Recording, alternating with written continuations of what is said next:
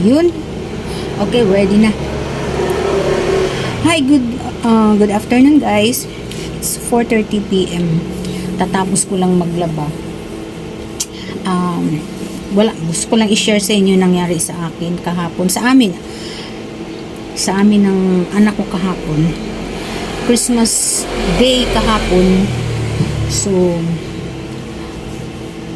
lumabas kami ng mga bandang alas 5 na ng hapon. Wala lang, nagyaya yung anak ko. Punta daw kami ng SM. So, ganun nga. Nagdala ako ng mga iba pang mga regalo ko para sa mga bata. Yung mga binalot-balot kong mga laruan, yan. Tapos pinamimig.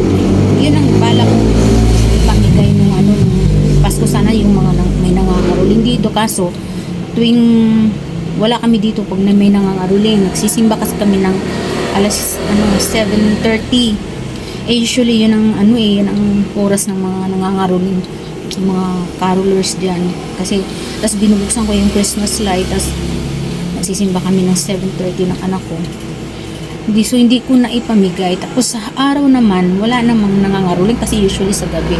So ang nangyari, pero meron din ako naibigay nung kahapon ng umaga. May nangangaroling dito mga bata. Alam niyo na yon, after ng Christmas Eve, kinabukasan nung tumila yung ulan, yung may mga bata na may nabigyan na rin ako mga bata, pero konti lang sila. So ang ginawa ko, umalis nga kami kahapon ng alas 5, dala-dala ko yung mga laruan na pag may makasalubong akong mga bata, bibigyan ko ng mga nakabalot ng mga small items. Siguro mga nasa worth mga 30 pesos yung bawat balot. Yun yung mga paninda ko dito, mga laruan. So ipinamigay ko na, ipinanregalo ko na yung binalot-balot ko. Kasi alam mo naman yung plastic na maliit.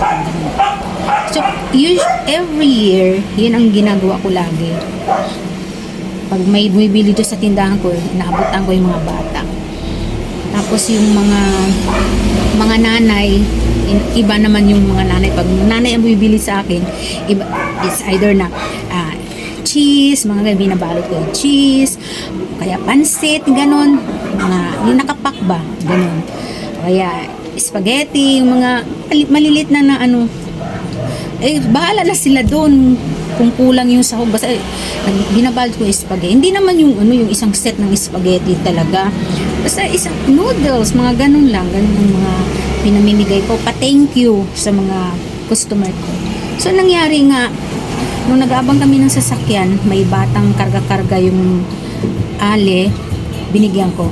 Siguro mga 2 to 3 years old.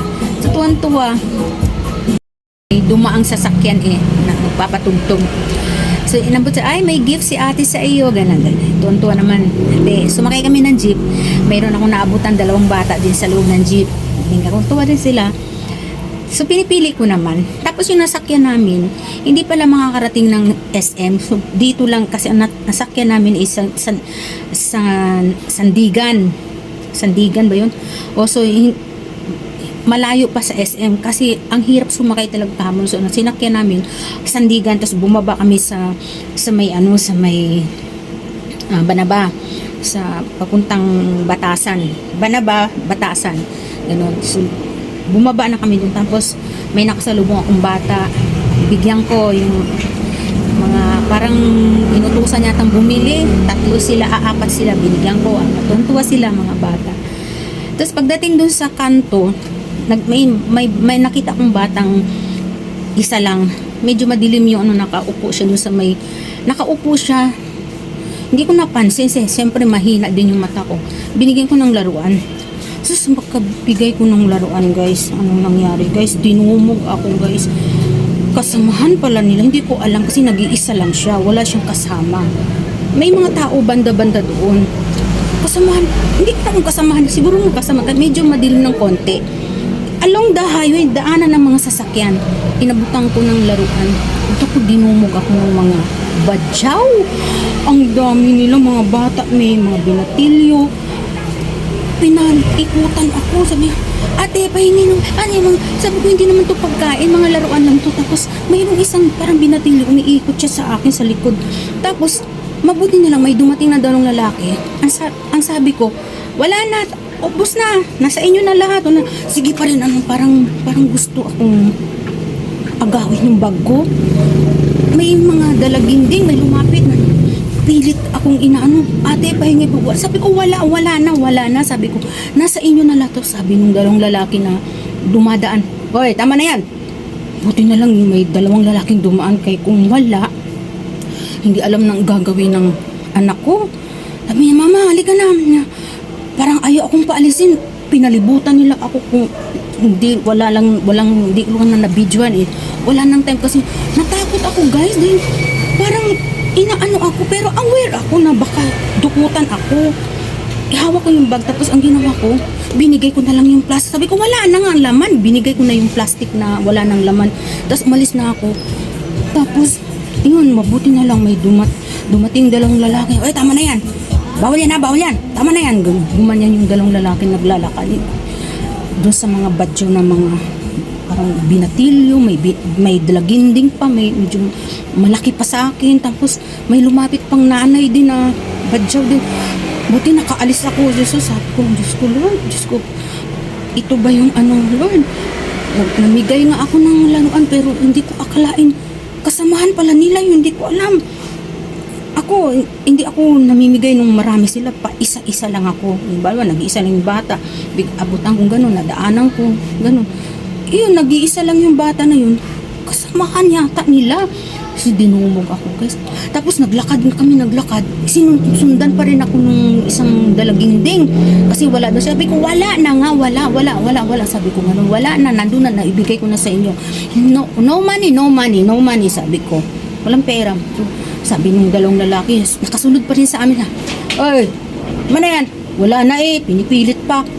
Sabi ko, kuya, thank you so much. Sabi niya, ingat ka. Ingat po kayo. Ate, mga loko yun. Sabi ko, pinag-aadya pa rin ako ng anghel de la guardia ko. Lord, Pasko, yun ang kapalit ng pagtulong ko. Hindi, ang kapalit dun is nakatulong naman ako. Siguro natuwa din sila dahil may laruan sila. At the same time, niligtas. Yung bang niligtas ako, walang man nangyay. Tapos dinignan ko yung bag ko, hindi sila na kasi siguro dahil doon sa dalawang anghel de la guardia ko, guys. Anghel ko yun, guys. Yung dalawang lalaking tumulong sa akin na hindi niya ako iniwan kasi baka mangyari kung iniwan nila ako, baka hindi na ako makaalis doon, baka kinuha na yung bag ko, inagaw yung bag ko.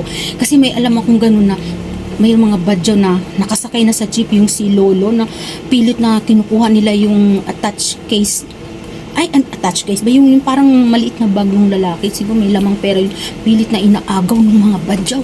Pero hindi talaga binigay ni Lolo. Hawak-hawak niya talaga yung bag niya, gano'n.